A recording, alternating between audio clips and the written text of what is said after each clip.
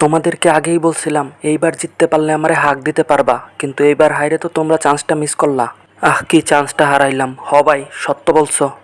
তবে মন খারাপের কিছু নাই, সামনের বারও তোমরা চান্স পাবা। সামনের বার থেকে ভালো করে খেলতে হবে। বাকির নাম ফাঁকি, সেইটা আমরা বুঝা গেছি। এইবারই চান্স ছিল, চান্সটা আমরা হারাইলাম। মক্কম সুযোগ। তাক ছোট ভাই, মন খারাপ করো না। বুঝলাম না, আপনি আবার আগুনে গিডালতে আসলেন কেন? ওর কথা কইস না, আগুনে গিডালা ওর স্বভাব। বুঝলাম না, বদ্দারায় তো খেপলো কেন? খেপবো না ভাই, আপনি তাদের আবেগে হাত দেন কেন? ওই ক্রিকেটের মোনালিসা, তুমি আবার মাঝখান থেকে ঢুইকা গেলা কেন আমাদের মধ্যে? ভাই, লিটন ভাইয়ের রান ছাড়া সব জায়গাতেই পাওয়া যায়, শুধু রানের বেলায় তারে পাওয়া যায় না, অন্য সকল সময় সে অ্যাক্টিভ থাকে। হা হা হা, এটাই সায়েন্স। কথা হইতেছিল হাগ নিয়ে, তোমরা আবার লিটন দাসে দুইকা গেছো কেন? তোমরা আবার হাগে চলে আসো। তোমরা কি জানো শাহরুখ খান আমারে নিজে হাগ করছে?